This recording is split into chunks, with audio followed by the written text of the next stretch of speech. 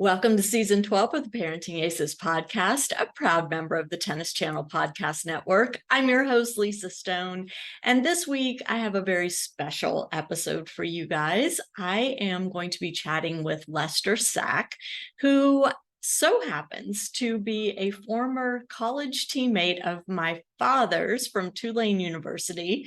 He was also a groomsman in my parents' wedding and has known me since I was born. Lester is now living in Orange County in Southern California, right up the road from me, which I just found out, and has been a champion on the seniors tour for several decades now. Lester is currently 87 years old, still playing competitive tennis around the world. And as you'll hear in my conversation with him, he is just one of these people who has found tennis to be a gift, something that keeps giving to him and that he's super excited to keep playing. It's really cool for me to chat with him because y'all have heard me on this podcast so many times talk about the gifts that tennis gives and how it's a sport for a lifetime. Well, Lester at age 87 is the embodiment of all of those messages. And I'm super excited to get the opportunity to share his story with all of you. So sit back, relax, and enjoy my conversation with longtime family friend, Lester Sack. Lester, thank you so much for taking time to come on the podcast. It is such a pleasure to see you after all these years, and I can't wait for you to share your stories with our audience. Well, I'm very happy to be here. Well, Yeah. We're lucky to get you. And I know you have gobs and gobs of experiences and stories to share. So we're going to jump right in. But I want to start by asking you how you got started playing tennis. When did the game of tennis become part of Lester Sack's life? Well, it started very late. There was very little or no junior tennis participation on my part. And I literally just walked on at Tulane University. I had no experience, but I wanted to learn and play. And so that's where I really started. I did go a few years to camp in the summer, and I remember playing 1 or 2 months a year. I thought to myself, gosh, I hope I improve next year. Well, that didn't really happen. You have to work at your game almost year round to see a noticeable improvement. Right. So, I mean, if you didn't play as a kid, how did you know about tennis? Did your parents play or did you have siblings who played? My dad played a bit in Clarksdale, Mississippi. It just wasn't much tennis there. And I did go out for the high school team, and I think I played mixed doubles on it. I wasn't good enough to play singles. And maybe the last year in high school, I did play singles. But really, there was very little improvement till I went to Tulane. I went to a junior tournament in Jackson, Mississippi, the Mississippi Open. They had the combined tournaments of juniors and the men's tournament together. And I recall in the juniors, I lost 6-love to a fellow named Tommy Robinson, who played number one at LSU, lost about 15 minutes. And in the men's tournament, I lost to Slew Hester from Jackson, 6-love, in another 15 minutes. Now, Hester, you may recall, was the president of the United States Tennis Association, who was responsible for getting the facility at Flushing Meadows built. Really? That's a cool story. Oh, yes. Slew Hester was really Mr. Tennis around Jackson and Mississippi. He promoted it and a very good player. He's very well known in that area. That's very cool.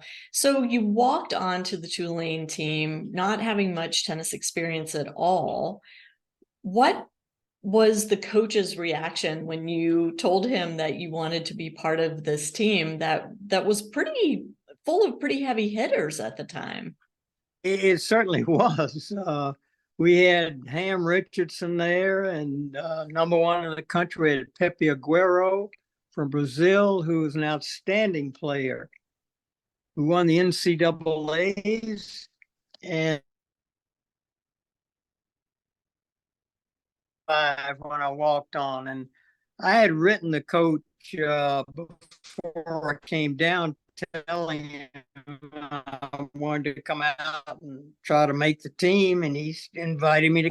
There was we were on the team in September, and we could practice year round in New Orleans. The weather permitted it, and we had this fellow on the team named, he was the number one junior in the Southern Tennis Association. And in September, I could not get a game from this fellow. He was so good. And I was listening to the coach. He helped me. Our coach, Emmett Pare, who I might say was the best tennis coach in the country. I think your brother Carl will, your father, sorry, will attest to that. And he helped me. He helped me quite a bit. And I remember this fellow, the number one junior, I couldn't get a game from him. And in about November, I was starting to take a game or two. In December, maybe 2 or 3 games a set. And then in January and February, it was 6-3, 6-4. And in March and in April, I was starting to split sets with this fellow. And in May, I was able to beat him. Now, I'm not saying I'm any particular talent. What I'm saying is that Pare was so good. I'm just a fair athlete. And I just listened to him and tried 100%. That's all he wanted. And he knew the game. And you say, why was Emmett Pare, such a good coach, such a good college coach or a coach for anything? First, in the early 1930s, he had toured the country with the legendary Bill Tilden in the early 1930s. And you say, well, why haven't more people heard of Pare? Because it was during the Depression. So you were talking about your coach, Emmett Pare, and the fact that he was going around the country and he was connected with Bill Tilden. So tell us a little bit more about that. Well, if you turned pro in those days, you were eliminated from playing other tournaments. You couldn't play the U.S. Open, or as it's called, the Nationals then, or Wimbledon, or the French Open. And so you had to play with your own little handful of other pros or teaching pros. And so that's why more people had not heard of him. Why was he a good coach? 3 reasons. He could coach the game, he could play the game, and he could teach the game.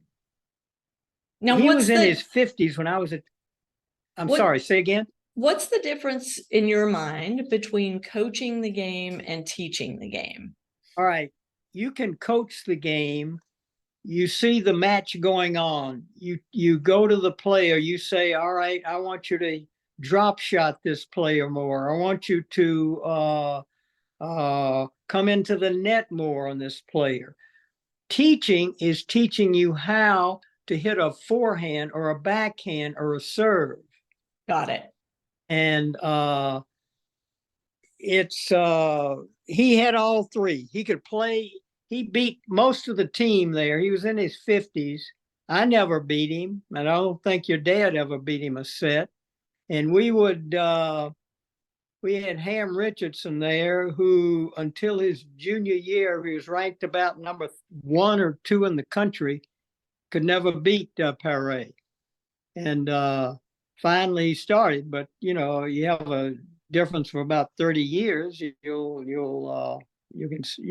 show up. but he just wanted you to practice and give 100%. And that's what I tried to do. So, how do you attribute your success at the collegiate level and now at the super seniors level? But you've never stopped competing, right? Since you joined the Tulane team, you've been competing nonstop. That's correct. And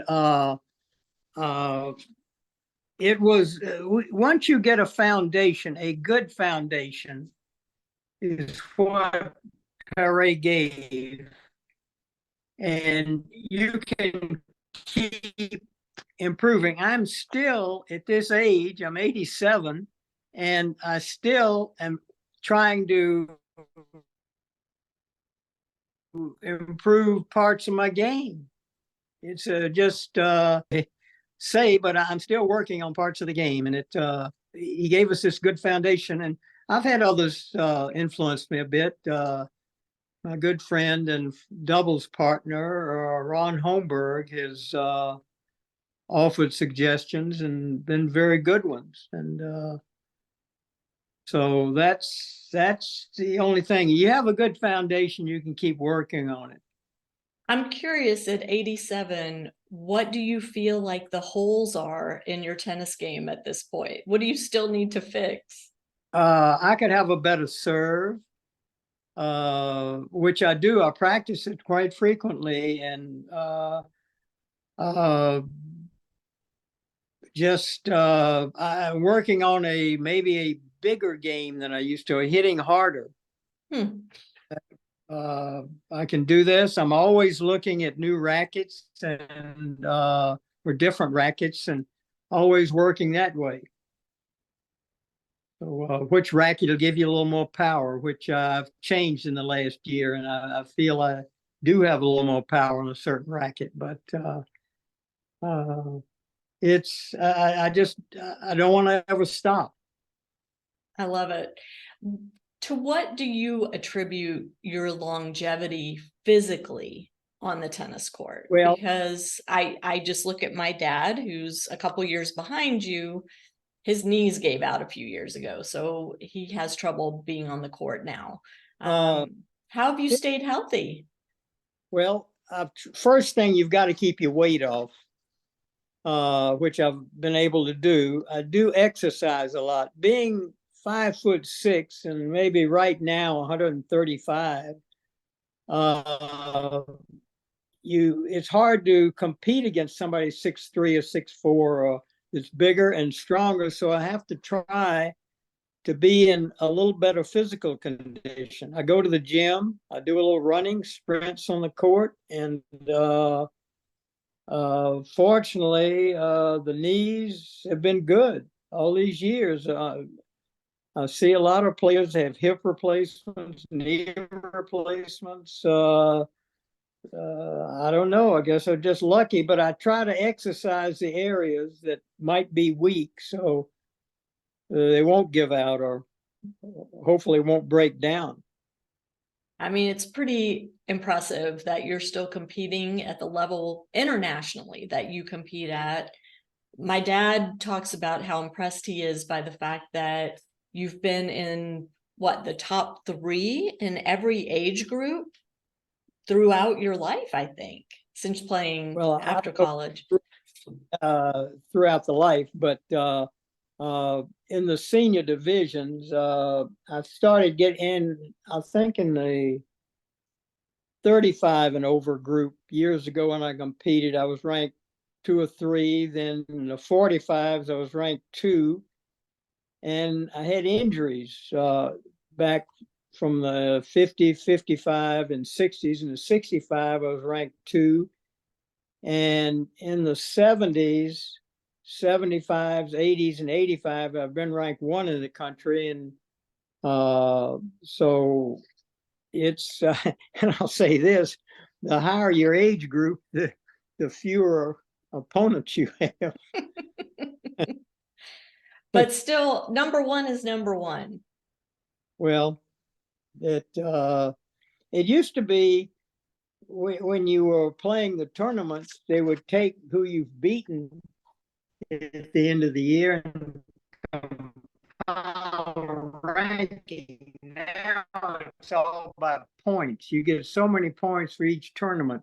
If you win a national tournament, you get 1,000. Level 2, you might get 500. So, and they total up.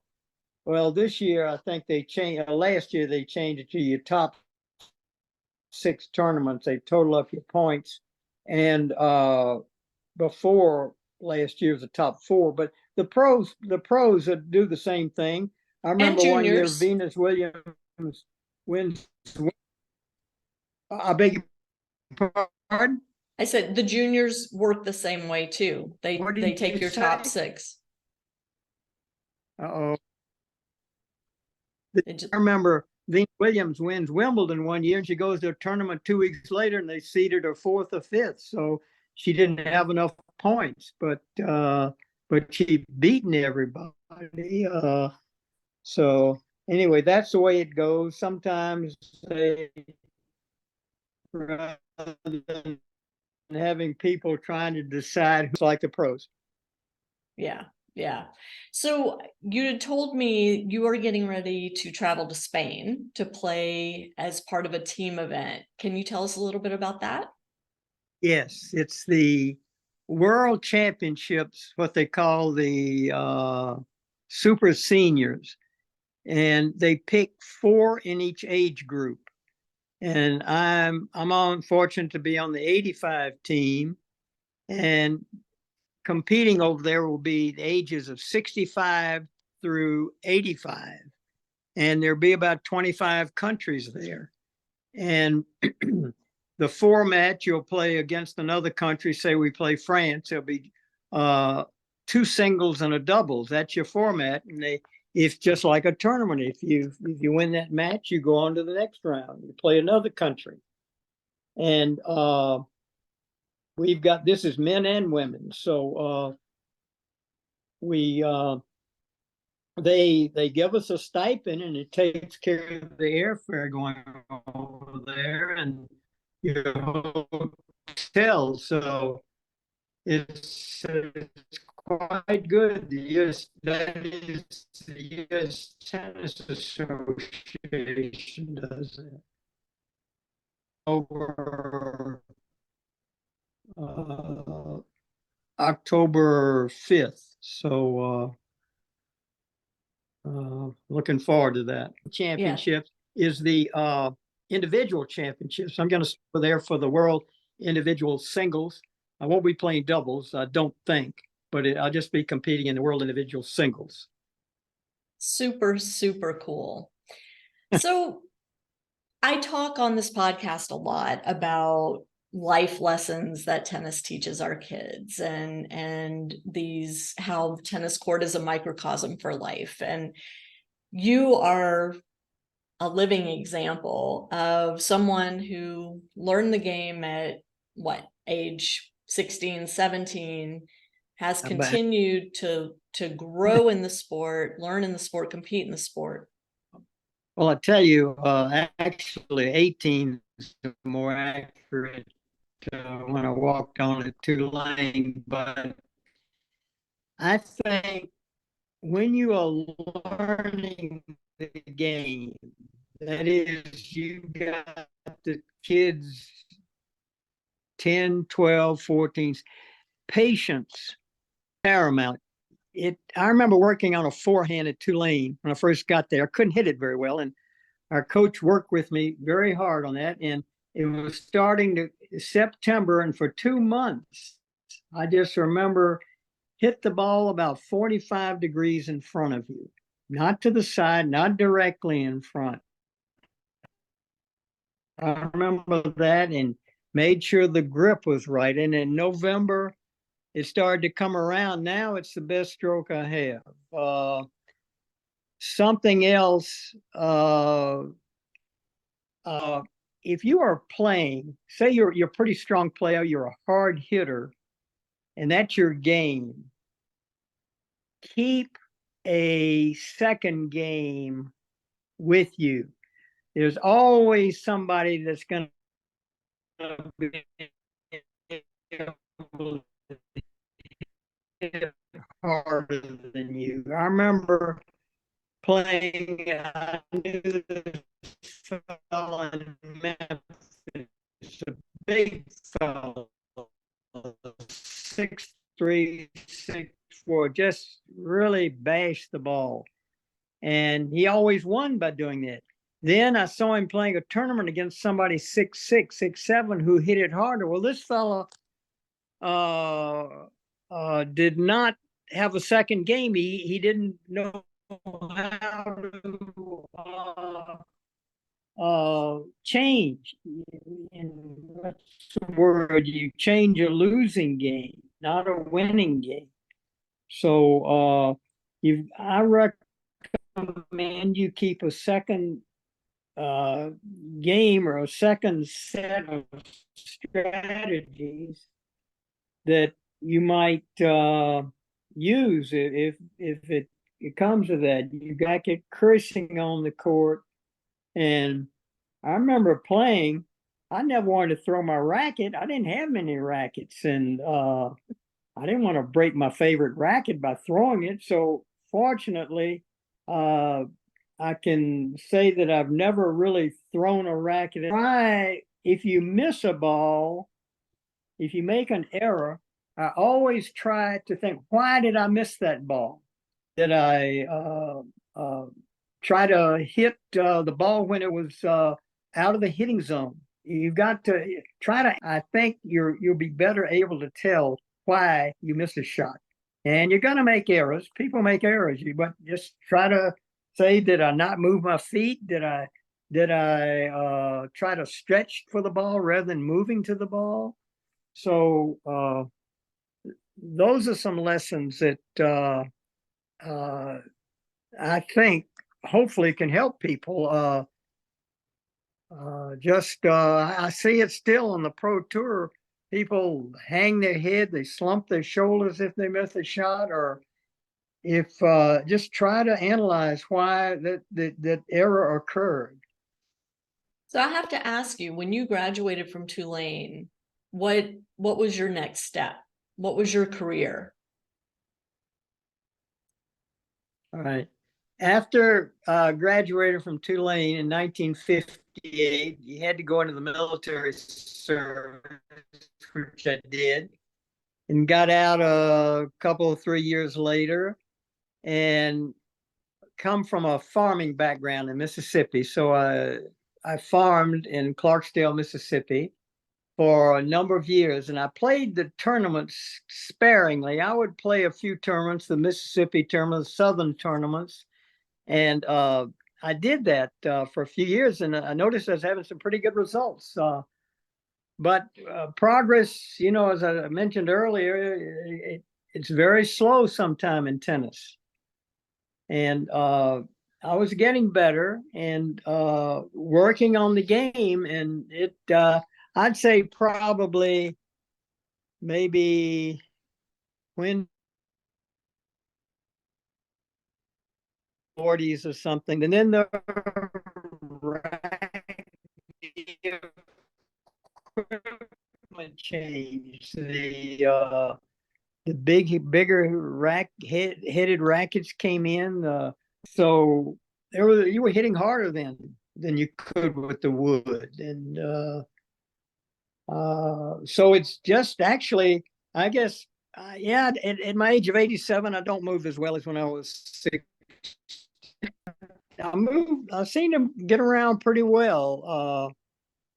And here again, I said I kept the weight off. And and I know if what I can do with the ball, and if I'm not, I've got to practice it. I've got to, my game was canceled this morning. My opponent injured himself, but probably going to go out a little later and hit some serves. But it takes consistency, and you have to practice. That's all I can say. You lose timing in a few days, or 1 or 2 days. I'd say you lose your timing. Yeah. So how did you support your family all those years? What was your career? It was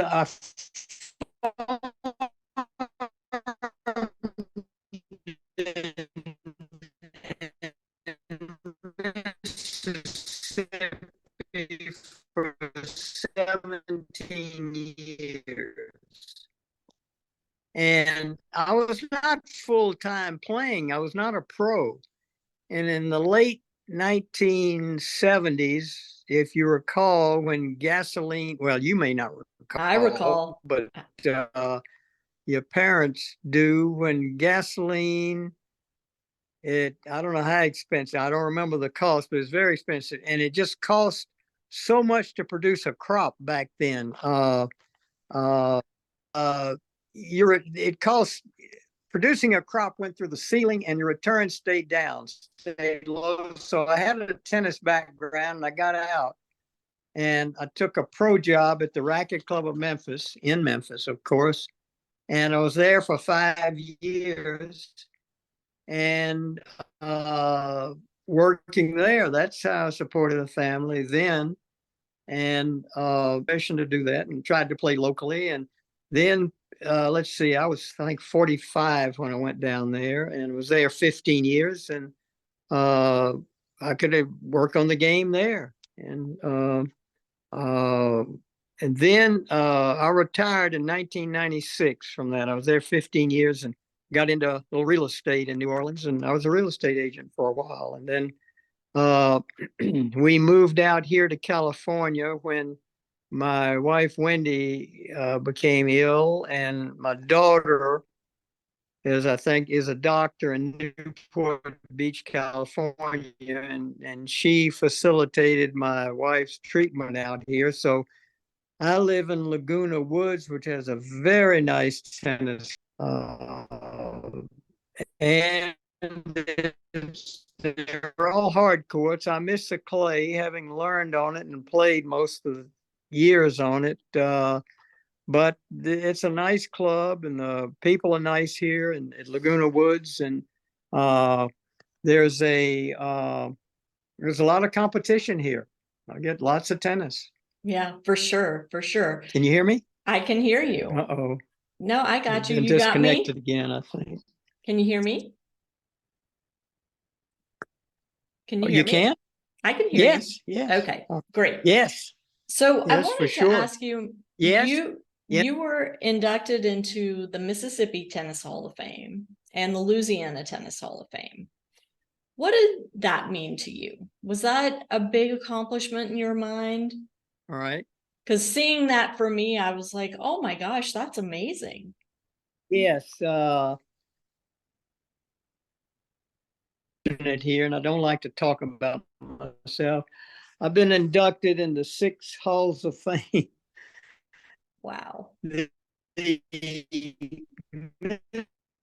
Mississippi Sports Hall of Fame put me in the top football players, basketball players, baseball players, and I was very proud of that.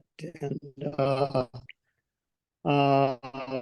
then the tennis and Louisiana tennis, and also was inducted into the Southern Tennis Hall of Fame, the USTA Southern Division Hall of Fame, and which includes 9 states. Sports tennis, and Southern is 4. Also, counties Hall of Fame, the Clarksdale, Mississippi, and Coahoma County Fame, and the just last year's Hall of Fame. So I'm very proud of that, and that's the only time you're going to hear me talking about myself. I don't really like to do that, but well, it just we're here, but it just goes to show how someone who has devoted their life to not just playing the game of tennis, which you certainly have, but as you keep saying, improving at the game of tennis. Even at 87, there's still things that you like to work on and get better at, and you see opportunities to keep growing. I find it so fascinating. My husband and I just watched a Netflix series about the blue zones around the world, and these areas in the world that have pockets of people that are living well and living into their 80s, 90s, hundreds with little to no health issues, no mental issues. They're just living well. And one of the reasons for that across all of these blue zones is physical activity and community. And tennis embodies that, and you embody that. And I just think it is so wonderful that you have found joy in this game and found the inspiration to continue to grow in the game. For me, I went years where I wasn't improving at tennis. I was playing all the time, but I wasn't getting any better. And I, over the last few months, kind of made a recommitment to, hey, I think I want to get better at tennis. So I'm going to take some lessons and learn some new things and try out some new things in my matches. I just remember two glaring weaknesses from years ago. I did not have a slice backhand. I thought if you hit a slice backhand I'm going back 50 years now, 40, 50. If you had it was a sign of weakness. So I tried to always hit topspin backhands. They were fair. It was a fair shot. But if the ball is away from you, you can't set up to hit a topspin back. You've got to have a slice. It's a defensive shot a lot of the time. And I didn't have a slice backhand. I didn't have a drop shot. Now they're big parts of my game, and those are the couple of things that have improved over the years, because the older your opponent gets, the more susceptible they are to a drop shot. And I know in the matches I play, my opponents are going to see a lot of drop shots. But, I love that. It is so true. It is so true. So before we wind this up, any last words of wisdom you want to share with the Parenting Aces audience? Well, if you can stop, say a child has a temper, if you can catch that very early on, and it does not do any good to curse or try to argue with an opponent. All that does is upset you and probably upset your opponent, and it doesn't help your game.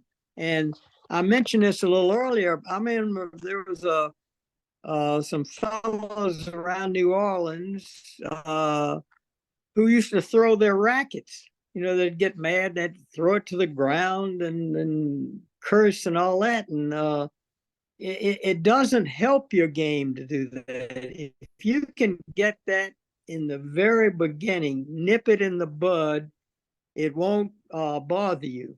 During the always be looking to try to. I'm just summarizing here what I've said a bit before.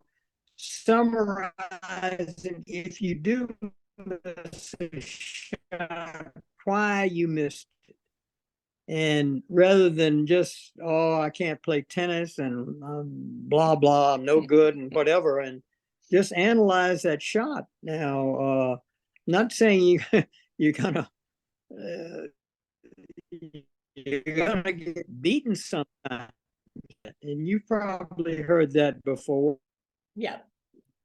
Yeah. Well, I look forward. I know your dad said the next time he's coming out to visit you, we can all get together, and I really look forward to that. Me too. And if you can get him on a plane to come visit, then I owe you a really nice dinner out. So see, I really would. But this is my permanent home, and I'll be here. With the daughter and grandchildren very close. I'm not going anywhere. So I love New Orleans. I love Louisiana and being in the South, but this is home now. So I'm happy here. I love hearing that. And maybe you'll let me come hit with you sometime. That'd be really fun. Absolutely. I'd love it. Well, thank you so much for taking time to do this. It's been so fun hearing your stories and reconnecting with you, because I honestly, I'm thinking the last time I saw you, I might have been in high school. Like it's been a long time. So It has been a long time, Lisa. My son plays, and he lives in Houston. His name is Klein, Kline. That was my grandfather's last name. And he throws 50 doubles. He was on the U.S. team. He won that a couple of years ago. He's a big, hard hitter. And this is one reason I changed rackets. He came out here. He comes out to visit and he stays with me, and we go out and hit a little bit, and he hit so hard, and I had the racket I've been playing with the last 10 or 15 years, and I could barely get the ball back over the net against him. And I had this other racket that I somehow had in the collection, and it enabled me to hit the ball back to him and keep it deep. So that's what I've been playing I love it. with all this last year. That's fantastic.